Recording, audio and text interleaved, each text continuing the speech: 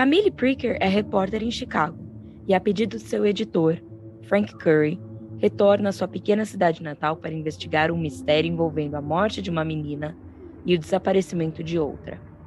Curry acredita se tratar de um caso de assassinatos em série, que com uma cobertura perspicaz daria prestígio e destaque ao jornal. Hospedada na casa da família, Camille precisa reaprender a conviver com a mãe, o padrasto e a meia-irmã, além de lidar com as memórias difíceis de sua infância e adolescência que tanto quis esquecer. Enquanto trabalha para descobrir a verdade por trás desses crimes violentos e enviar a matéria para o jornal, Camille acaba se identificando até demais com as jovens vítimas. Assim, para terminar o trabalho, manter a sanidade intacta e sobreviver à estadia na cidade natal, a repórter terá que montar um quebra-cabeça psicológico do próprio passado e confrontar o que lhe aconteceu tantos anos antes.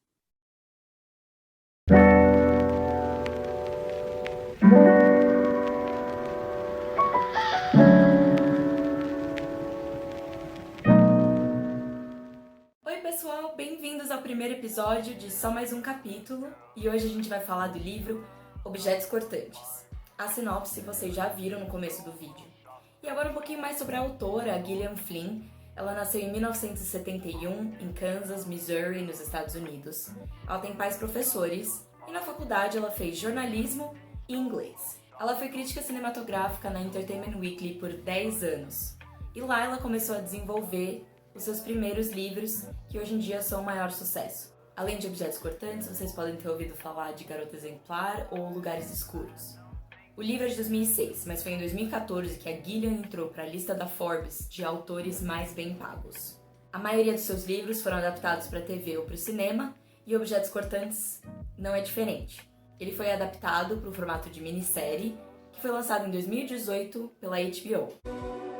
I first had the idea for Sharp Objects because I wanted to write about female rage and violence and intergenerational violence. I love the female characters that she creates. They feel so real and so full, and they're so unique to Gillian. Something about the way she tells that story about Camille, I couldn't shake it. At the heart of it is something really dark that I felt as a woman really drawn to, this idea of how we inflict damage on ourselves when the damage is really outside of us. That's the beauty of Gillian's writing. She wanted to talk about female anger and violence, and the way she expressed it, it's pretty singular. Para Camille Pricker, lidar com o sexismo significa ir contra tudo que se espera de uma boa moça. Significa ser a epítome da contravenção a absorver para si tudo que pode ser visto como ruim. Ama Crillin lida com o sexismo assumindo o controle da situação, mas fingindo vulnerabilidade. A ideia de Ama, que ela explica claramente, é a de entregar o controle da situação aos homens até um certo ponto, por saber exatamente até onde quer ir. Para a Dora Crillin, lidar com o sexismo significa atender às expectativas impostas pela sociedade para uma mulher. Significa manter as aparências e ser exatamente o que se espera de uma matriarca de uma família rica e de referência naquela sociedade.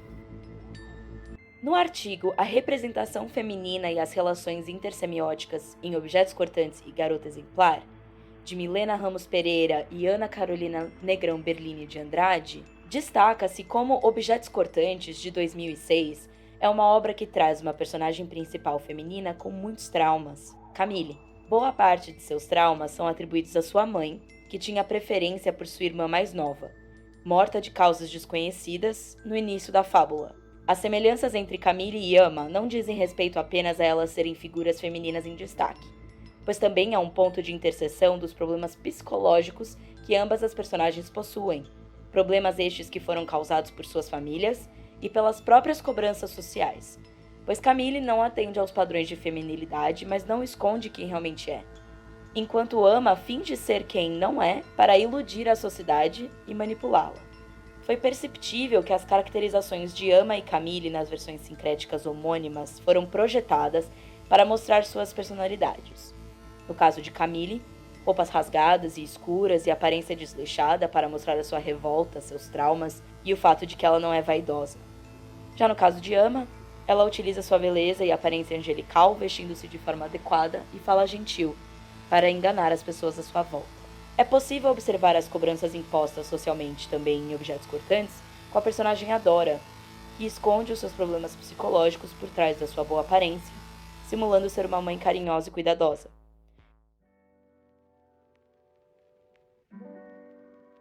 Para falar de mulher e literatura, a gente precisa focar em 3 eixos principais: a história da sua participação, a sua voz e estilo diferenciados, e o seu destaque ou a ausência de destaque no mercado literário.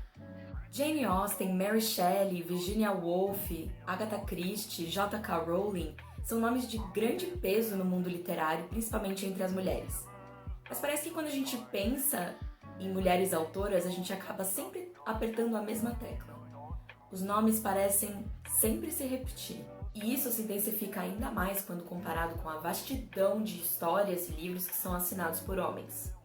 De Dante Alighieri até Stephen King, proliferam-se as opções entre gênero e tempo. E nesse vídeo, a gente vai falar um pouquinho mais sobre algumas possibilidades disso acontecer. Durante muito tempo, as mulheres escritoras foram obrigadas a fantasiar-se dos seus pseudônimos masculinos. E a falta de interesse por parte dos homens de consumir livros escritos por mulheres é comprovada. Independentemente se for um clássico ou um best-seller, a estante vai ser majoritariamente masculina. E isso acontece também entre as mulheres. Outra questão conflituosa que pode aparecer no momento de ler uma obra são as palavras e o estilo colocado na obra. E a sua diferença entre quando é escrito por uma mulher e quando é escrito por um homem. Pode-se perceber que textos femininos tendem a explorar mais questões de experiências de sentimentos, experiências vividas sociais, enquanto o texto masculino pode ser considerado um tanto quanto prolixo. Bom, para iniciar o debate, eu acho importante ressaltar que a história da mulher em literatura, ou a história da literatura produzida por mulheres, ela está intrinsecamente interligada com a história da mulher na sociedade. Quando a gente está tratando de minorias, como a mulher é, a minoria continua sendo minoria dentro das artes. Então a mulher continua sendo uma minoria dentro da literatura. A gente teve uma longa trajetória, muitas coisas mudaram, muitas coisas foram conquistadas, mas ainda até hoje tem alguns dados e números que são assustadores, dentro da arte em geral. Por exemplo, em 2017, a Guerrilla Girls fez uma pesquisa e 60% das obras que estão dentro dos museus são nus femininos, mas apenas 6% são obras por artistas femininas. Então, existe essa desigualdade ainda. Dentro da literatura, os Estados Unidos fez uma pesquisa de um levantamento dos dados de 2021 e 75% dos leitores do mundo são mulheres, então 75% são leitoras, e apenas 47% são obras produzidas por mulheres que foram lançadas esse ano. Então ainda não estamos ali. Mas em 1929, com a publicação da obra Um Teto Todo Seu, da Virginia Woolf, existe um divisor de águas. Nessa obra ela vai propor um pouquinho da trajetória da mulher escritora, do espaço da mulher escritora, né? A obra em inglês chama Room of One's Own, e esse room é espaço, né? Traduzido como espaço em algumas traduções, esse espaço que a gente tem da mulher escritora, do que é ser uma mulher escritora no mundo, né? Inclusive, ela vai propor uma noção muito importante. E se Shakespeare tivesse uma irmã que escrevesse tão bem quanto ele? Ela poderia se tornar uma grande dramaturga, como ele se tornou? Não, porque a mulher tinha funções sociais dentro do lar muito fortes. E ela não tinha oportunidade de ter uma educação, de ter tempo, de ter essa formação, de poder se tornar uma grande dramaturga. Inclusive, muitas mulheres optam, né, por utilizar do pseudônimo masculino.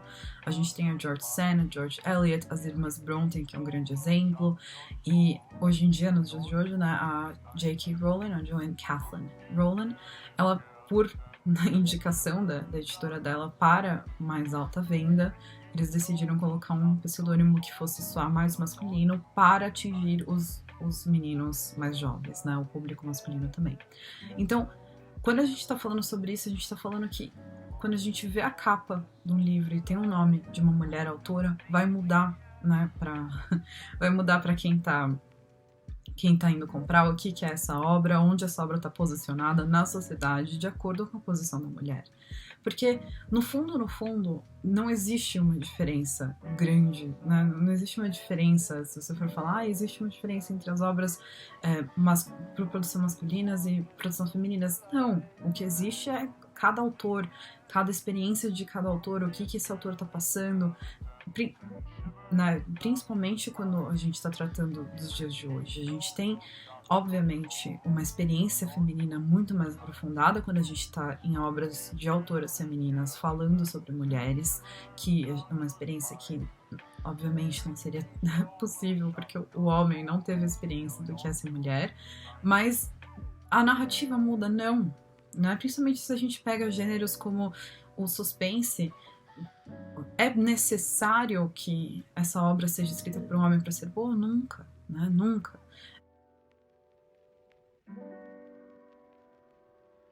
De acordo com Matthew L. Jockers, autor do livro O Segredo do Best-Seller, os melhores escritores, ou aqueles que alcançam maiores leitores, são os que estabelecem uma presença desde a frase de abertura, com modulações de estilo pequenas e sem tanto esforço. Para muitos, esses conceitos se traduzem grosseiramente como a decisão de quais escritores são adequados para serem lidos na faculdade ou quais são um lixo. E é assim desde que o conceito de best-seller foi introduzido. Mas por que o snobismo? Qual é a diferença?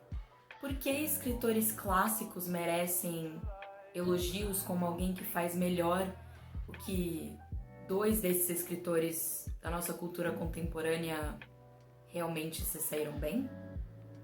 Sucesso não pode simplesmente ser sucesso? Inclusive é um grande debate da lista dos cânones, as listas dos clássicos, que até hoje apenas normalmente 10% dos nomes compostos dessa lista são nomes de autoras femininas ou de obras femininas, né? Quando a gente pega a comparação e o pensamento de quem define o que é literatura, quem define o que é arte, quem define o que é um cânone, quem define o que é literatura com L maiúsculo e L minúsculo, né? O grande debate os best-sellers não são tão bons quanto os clássicos, não existe isso. A obra é a obra, e quem decide o aprofundamento artístico, o aprofundamento narrativo que vai ter o impacto que vai ter a obra é o leitor. É quem está consumindo essa obra, e não quem produziu essa obra, quando produziu essa obra. Obviamente, a gente tem obras de complexidades diversas, né? Se você quer comparar um Ulisses com Paulo Coelho, a complexidade vai ser estúpida, não tem nem como comparar a complexidade de um com o outro. Mas, e quem já leu? Quantas zilhões de pessoas já leram Paulo Coelho e foram tocadas por essa obra? E quantas mil pessoas já tentaram catar um Ulisses do James Joyce e não conseguiram ler? Então, o que é isso, né? Como que isso é definido, né? Isso reflete também na imagem social. A pessoa que pega um Ulisses, ela vai estar querendo passar uma imagem social intelectualizada. E será que vai entender a obra? Será que vai ter aprofundamento? Será que se essa mesma pessoa pegasse um Alquimista do Paulo Coelho, a experiência, o impacto artístico não teria sido 1000 vezes maior? Teria, provavelmente. É uma obra muito difícil de ler, Ulisses. Então, eu acho que quando a gente vem para os dias de hoje, a gente está tratando de um patamar que está refletindo, né, onde a mulher está na história, principalmente. A gente tem autoras femininas contemporâneas maravilhosas e com um alcance muito grande, e isso não precisa definir a obra, né? Se a gente pega uma obra que é best-seller escrita por uma mulher, como Sharp Objects, Os Objetos Cortantes, da Gillian Flynn, é uma obra que tem um impacto muito grande. A gente tem 3 personagens principais femininas, e cada uma com o seu dilema, cada uma com a sua profundidade de experiência feminina, muito marcante, muito tocante. Então, existe sim, né? Eu acho que ainda uma relevância nesse debate, uma relevância em onde que a gente quer chegar com isso, né? E a esperança de que tudo vá ficando melhor conforme a gente vá trabalhando por isso. Mas não deixar de ler literatura feminina, nunca.